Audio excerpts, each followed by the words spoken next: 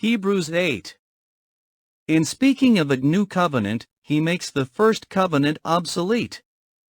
Hebrews chapter 8 underscores the primary point of this letter, which is the superiority of Jesus Christ, and his ministry of the true tabernacle, which the Lord erected, and not man. The author continues to compare the Old and New Covenants, illustrating the flaws in the Old Law and introducing the superiority of the New Covenant, which is mediated by Jesus in the heavenly sanctuary. Exegesis by sections and verses. Verses 1 to 6. Jesus, the high priest of a better covenant.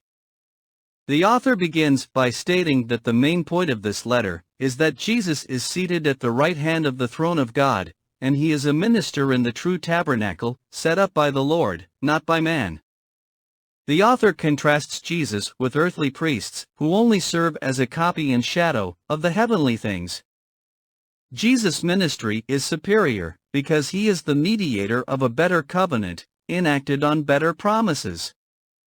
Verses 7 to 13. The New Covenant. In this section, the author emphasizes that the New Covenant is better than the Old Covenant, by quoting from Jeremiah 31 verses 31 to 34, in which Jeremiah prophesied the coming of a new covenant. The author points out that the first covenant was not faultless, and its people were unfaithful. God, in his eternal purpose, planned the new covenant.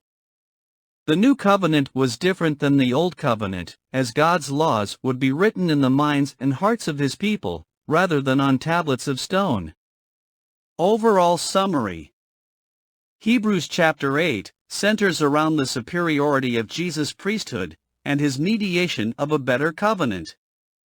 It emphasizes that Jesus' ministry occurs in the true sanctuary in heaven, in contrast to the earthly sanctuary of the Levitical priests.